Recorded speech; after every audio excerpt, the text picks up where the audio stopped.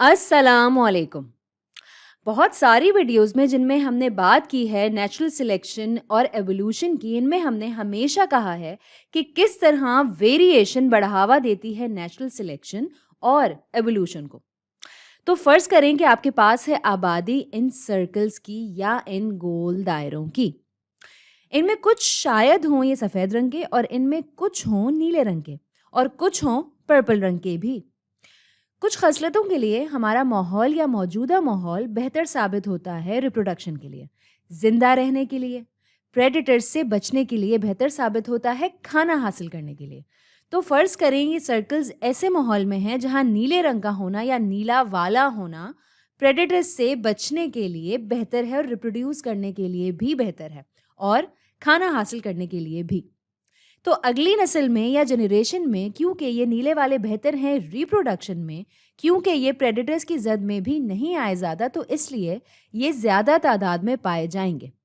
तो मैं यहाँ ये नीले वाले और बना लेती हूँ और बाकी भी, लेकिन थोड़े थोड़े, और ये भी मुकाबले में ही हैं रिसोर्सेज के लिए। तो वक्त के साथ साथ ये नीला फिनोटाइप, याद रहे कि फिनोटाइप जो है वो वाली खसलत जो नज़र आती है, ये है एक्सप्रेस्ड ट्रेट और दिखती है बनिस्बत जीनोटाइप के, जो कि होती है जेनेटिक्स में, जो कभी देखी जा सकती है और कभी नहीं। लेकिन जैसा कि आप देख सकते हैं, इस माहौल में नीले वाले सर्कल्स को है फ़ायदा हासिल, थोड़ा सा ही सही लेकिन है। तो इस तरह नीला वाला आने वाली नस्लों में या जनरेशन्स में करेगा डोमिनेट, और फिर आप देखेंगे एवोल्यूशन इस आबादी की नीले रंग में बदलते हुए, और वो भी स्पीशीज़ की हैसियत से। तो आ गए आपके पास ये नीले सर्कल्स। तो एक तरीका है इसके बारे में सोचने का, और वो ये है कि आपके पास है वेरिएशन स्पीशीज़ में, और यही चीज़ नेचुरल सिलेक्शन की बुनियाद है। कुछ मखसूस वेरिएंट्स साजगार हैं बनिस्बत दूसरों के, और ये बहुत ज़रूरी है नेचुरल सिलेक्शन के लिए, एवोल्यूशन को बढ़ावा देने के लिए। अब जो सवाल आता है वो ये कि ये वेरिएशन एक आबादी में आती कैसे है, और इसके बारे में सोचने के लिए हमें खुद को याद दिलाना होता है कि हमारे फिनोटाइप कहाँ से आते हैं और किस तरह ये खसलतें एक्सप्रेस होती हैं या नज़र आती हैं। तो हम जानते हैं कि सारी जानदार चीज़ों में होता है डीएनए। इंसानों में होती हैं 23 जोड़ियाँ क्रोमोसोम्स की, और हर एक क्रोमोसोम को आप देख सकते हैं डीएनए के एक लंबे स्ट्रैंड के तौर पर, और मुख्तलिफ हिस्से इस डीएनए के ये कोड करते हैं मुख्तलिफ ट्रेट्स या खसलतों को, और हर वो सेक्शन या हिस्सा जो कोड करता है प्रोटीन्स और मुख्तलिफ एंजाइम्स को, हम इन हिस्सों को कहते हैं जीन्स। तो होती हैं हमारे अंदर, हम इंसानों के अंदर 23 जोड़ियाँ क्रोमोसोम्स की। मुख्तलिफ जानदार में होती हैं मुख्तलिफ तादाद, लेकिन इंसानों में होती हैं 23, और हर क्रोमोसोम डीएनए का एक लंबा स्ट्रैंड कहलाता है, और इस डीएनए के मुख्तलिफ हिस्से करते हैं कोड ख़ास जीन्स के लिए। और अगर आप करीब से देखें इन जीन्स को, तो आपको नज़र आएंगे ये न्यूक्लियोटाइड सीक्वेंसेस। ये हम पहले भी देख चुके हैं अपनी कुछ वीडियोस में, जहां आपको दिखते हैं एडेनिन, ग्वानिन, साइटोसिन, थायमीन, ऐसे तसलसल में, जो रखता है मालूमात या इंफॉर्मेशन जो आगे चलकर कोड होता है mRNA में, और फिर आगे जाकर कोड होता है प्रोटीन में। ठीक है, अच्छा जी। तो अब वेरिएशन जो है ये होती है दो बुनियादी चीज़ों के ज़रिए।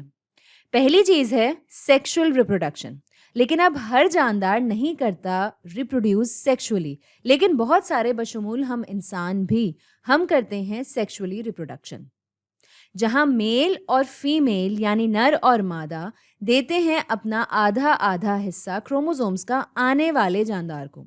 तो एक तरीका सेक्सुअल रिप्रोडक्शन के बारे में सोचने का जो है वो ये कि ये आगे पीछे करता है जीन्स की मुख्तलिफ शक्लों या वर्जन्स को, जो आपके पास एक आबादी में हो मुख्तलिफ शक्लों और कॉम्बिनेशंस में, तो ये करवाता है वेरिएशन। लेकिन सेक्सुअल रिप्रोडक्शन खुद से जीन्स की दूसरी शक्लें या वेरिएशंस पैदा नहीं कर सकती, जिन्हें हम कहते हैं एलील्स, या फिर सिरे से ही नई जीन्स। तो ऐसा करने के लिए जो पहला या बुनियादी या प्राइमरी तरीका है वो है म्यूटेशन। तो एक और तरीका वेरिएशन का जो है वो है म्यूटेशन, और ये इन पर भी काम करता है जो सेक्सुअल रिप्रोडक्शन में होते ही नहीं हैं। اس میں ہوتا یہ ہے کہ وقت کے ساتھ ساتھ کوئی بھی ایک رینڈم غلطی ہو جائے گی.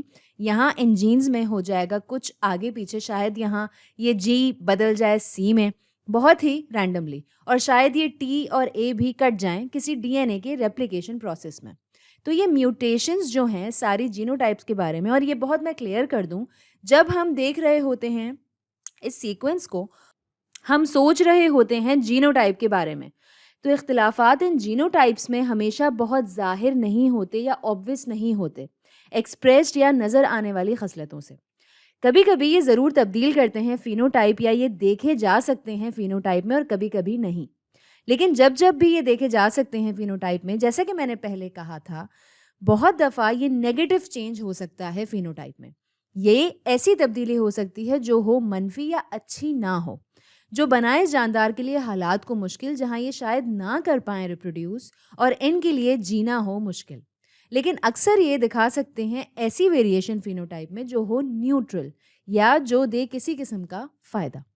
تو شاید یہ ہوئی ہو ایک رینڈم میوٹیشن جس نے بدل دیا ان سفید سرکلز کو نیلے سرکلز میں، اور شاید کوئی ایسی میوٹیشن بھی ہوئی ہو جس نے ان سرکلز کو ہی بدل دیا ہو چوکور میں، اور جو شاید جاندار کی حیثیت سے جینے کے قابل بھی نہ ہو بیچارہ. لیکن یہ نیلے والے سرکلز یہ آئے ایسے ماحول میں جہاں ان کی یہ ویریشن جو ہے ان کے لیے بہت زیادہ کارآمد ثابت ہوئی. تو آج کے لیے اتنا ہی.